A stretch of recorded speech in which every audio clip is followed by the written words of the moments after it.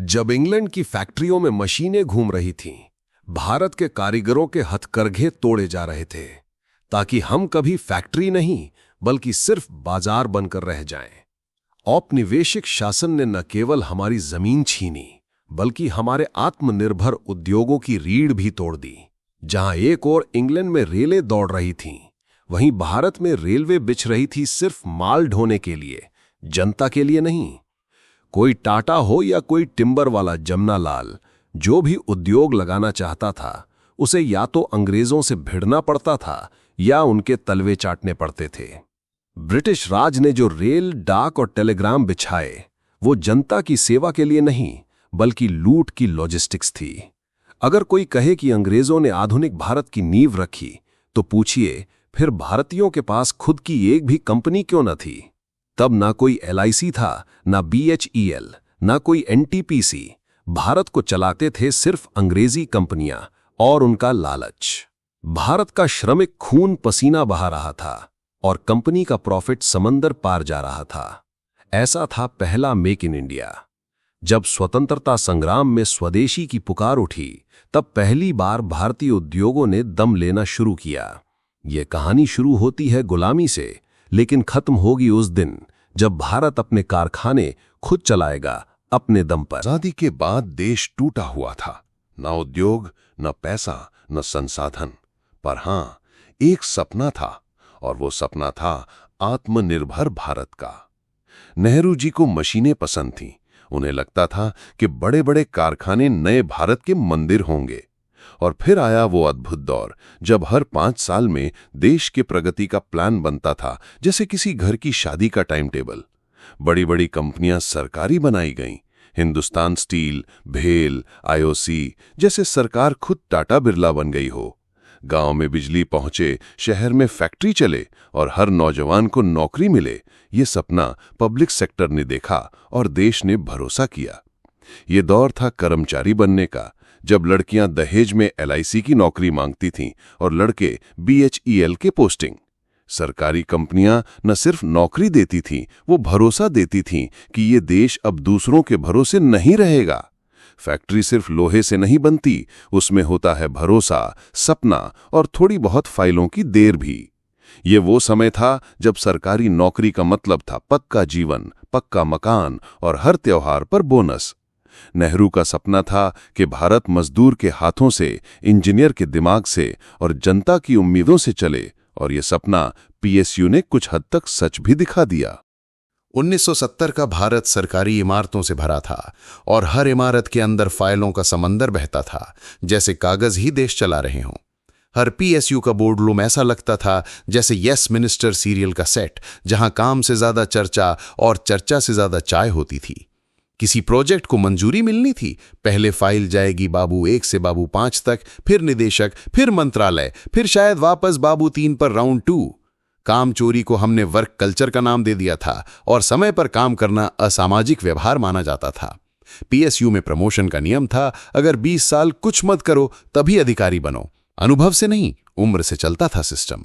सरकारी गाड़ी, सरकारी बंगला और सरकारी पंखा सब चलता था, बस फाइलें नहीं चलती थीं। लाइसेंस राज ऐसा था कि अगर आप बल्ब बनाना चाहते थे तो सरकार पहले पूछती, कितने वॉट का सपना देख रहे हो।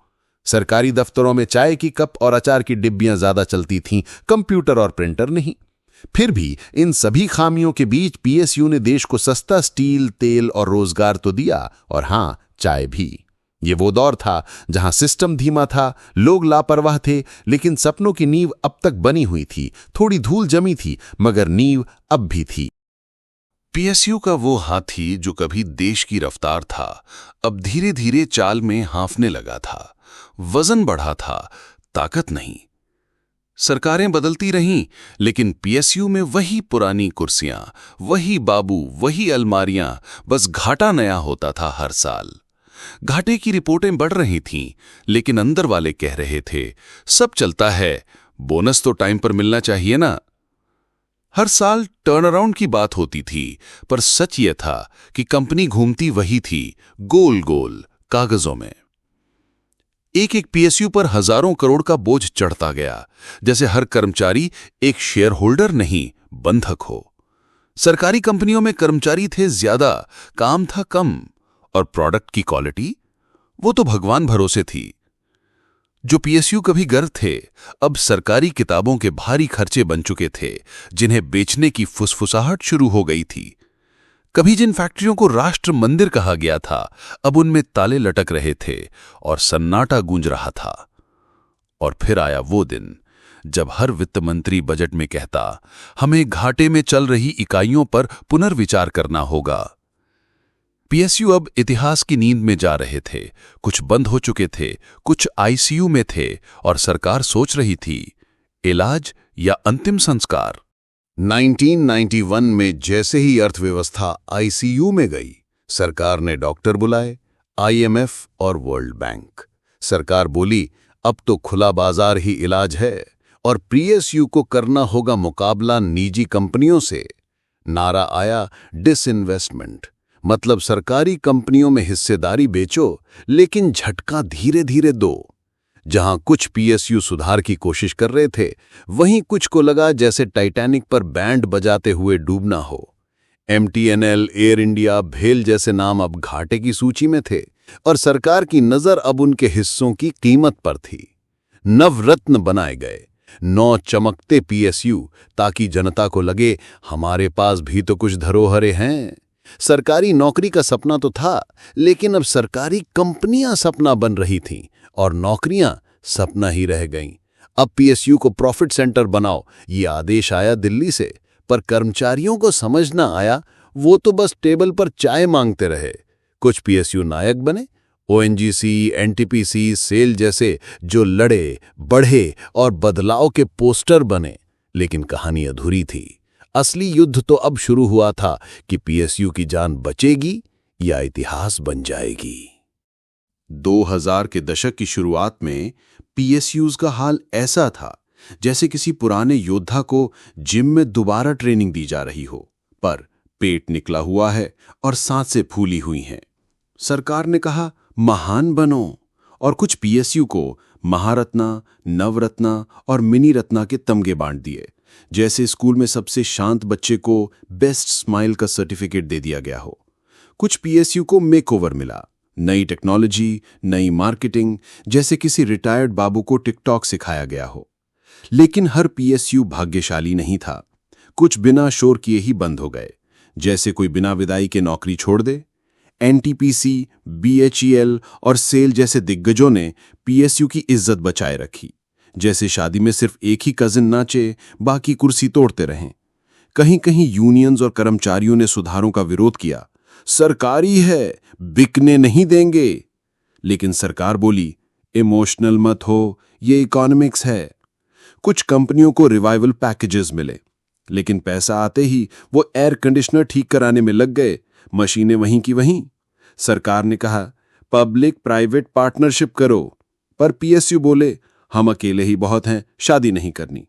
कुछ पीएसयू ने आईटी, टेक्नोलॉजी और ऑटोमेशन में झांकने की कोशिश की, लेकिन एक्सेल शीट से आगे न बढ़ सके। और फिर सरकार ने धीरे से फाइल बढ़ाई, स्ट्रेटेजिक सेल वाली, जैसे कोई तलाक का नोटिस हो, पर बिना बहस के। जब सरकार को लगा कि हर पीएसयू को एक जैसे चश्मे से देखना गलत है, तब पैदा हुए नवरत्न, वो सरकारी बच्चे जिन्हें छूट मिली उड़ने की, खर्च करने की और थोड़ा घमंड करने की भी। ये पीएसयू कोई मामूली विभाग नहीं थे, ये बिग बॉस की तरह थे। सबकी निगाहें उन पर, फैसले उनके खुद के, और जवाबदेही सिर्फ प्रधानमंत्री को। 1997 में जब इन्हें नवरत्न का टैग मिला, तो लगा जैसे सरकारी कंपनियों में अचानक एमबीए वाइब्स आ गईं। मुनाफा, प्रेजेंटेशन और पावर सूट्स।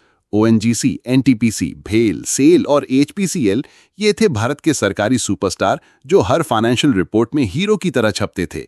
इन कंपनियों को फ्रीडम मिली, अपनी मर्जी से निवेश, विदेश में टेंडर और बिना हर बार दिल्ली को फोन किए फैसले करने की। नवरत्न का मतलब था टॉप परफॉर्मर, जो सरकार को करोड़ों का मुनाफा कमा कर देते और चुनावी घोषणा पत्रों में भी चमकते। कुछ पीएसयू तो ऐसे रफ्तार से भागे कि प्राइवेट कंपनियों की भी सांस फूल गई, एयर इंडिया को छोड़कर। वो तो हमेशा सीट बेल्ट में ही अटका रहा। लेकिन कहानी यहीं नहीं रुकी।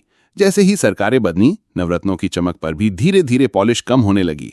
कुछ नवरत्न आज भी चमक रहे हैं, मगर कुछ ऐसे भी हैं जो अब बस नाम के रत्न हैं। चमक गई पर कंपनी गई। फिर भी नवरत्न का नाम आज भी इतना भारी है कि सुनते ही बोर्ड रूम में चाय कम, कॉफी ज्यादा बनती है और मीटिंग थोड़ी लंबी चलती है। सरकारी दफ्तरों में घुसते ही एक सुस्त हवा चलती है, जहां फाइलें समय से नहीं मूड से चलती हैं। इन बाबुओं का कमाल देखिए, फाइलें टेबल से निकले या नहीं, चाय दिन में 4 बार निकलती है। अब आते हैं उन घोटालों पर, जिनमें पैसा तो करोड़ों में गया, लेकिन जिम्मेदारियों की फाइलें अब भी घूम रही हैं। 2G से लेकर कोयला तक सरकारी कंपनियां घोटालों की गोलगप्पा चाट बन गई। ऊपर से स्वाद, अंदर से खोखली। हर बार जांच बिठी, लेकिन जांच ही घोटाला बन गई। सरकारें आईं गईं, पर जवाबदेही गोल रही। कभी कभी तो ऐसा लगता है जैसे PSUs की नौकरी नहीं, एक्टिंग स्कूल चल रहा है। सबको ड्रामा आता है। अंदर खाने का सिस्टम इतना सेट है कि चूहा भी आए तो रिश्वत देकर ही वापस जाए। अधिकारियों के घर से निकली नकदी, जमीन, बंगले, गहने, ऐसा लगता है मानो PSU नहीं, खजाना हो। जनता के पैसों से बनी कंपनियां जनता को ही चूसने लगी, जैसे आम का जूस निकल रहा हो। सरकारी काम अब मजाक का विषय बन चुका है और बाबूगिरी एक स्थायी कॉमेडी शो। कांग्रेस के दौर में PSU बने, लेकिन कई को घाटे में धकेला गया। बीजेपी के आते ही विनिवेश की आंधी चली, सब हिला डाला। कांग्रेस ने बचाने की कोशिश की, मगर लाल फीताशाही भारी पड़ी। बीजेपी ने घाटे वाली कंपनियों को बेचकर राहत पाने का दावा किया। कांग्रेस के दौर में विनिवेश धीमा, पर संरक्षणवाद तेज। बीजेपी ने निजीकरण को सुधार का नाम देकर तेज किया। कांग्रेस के समय कई PSU सफेद हाथी बन चुके थे। बीजेपी ने इन्हें बोझ कहकर बेचने का ऐलान किया। दोनों दलों की नीतियां अलग, मगर बहाना हमेशा जनता का भला। आखिरकार बेचना हो या बचाना, असर जनता की जेब पर ही पड़ा। नया भारत बदल रहा है और साथ ही बदल रही हैं सरकारी कंपनियों की किस्मत। कुछ तेज दौड़ रही हैं तो कुछ सांसें गिन रही हैं। सरकार के मेज पर अब वो पुरानी लाल फाइलें नहीं, बल्कि प्राइवेटाइजेशन के मोटे मोटे ब्लूप्रिंट रखे हैं। कुछ PSU अब स्टार्टअप की तरह एक्टिव हो रहे हैं और कुछ अब भी चाय पान की मीटिंग में अटके हैं। ग्लोबल मार्केट में अब सिर्फ तेल और स्टील नहीं बिकते, यहां आइडियाज, टेक्नोलॉजी और इनोवेशन की भी नीलामी होती है। अगर PSU ने टेक्नोलॉजी की गाड़ी पकड़ ली तो दौड़ में बने रहेंगे, वरना फोटो फ्रेम में टंगी उनकी शान बस यादगार बन जाएगी। निजी कंपनियां तेजी से डिजिटल जंगल में नई पगडंडियां बना रही हैं और कई PSU अब भी पुराने नक्शे देख रहे हैं। सरकार के लिए सवाल ये है, क्या PSU को सुपर हीरो बनाया जाए या उन्हें धीरे धीरे इतिहास के म्यूजियम में भेज दिया जाए? नया भारत तेजी से प्राइवेट और पब्लिक के बीच की दीवार गिरा रहा है, लेकिन सवाल है, क्या ये संतुलन टिक पाएगा? भविष्य में PSU शायद कम हो, लेकिन जो बचेंगे वो देश की अर्थव्यवस्था के सबसे मजबूत स्तंभ बन सकते हैं। तो सवाल वही है, क्या PSU का भविष्य सुनहरा होगा या हम बस उनकी कहानियां सुनकर ही संतोष करेंगे? PSU की कहानी का अंत भी एक सरकारी फाइल जैसा, अधूरा, भारी और धीमा।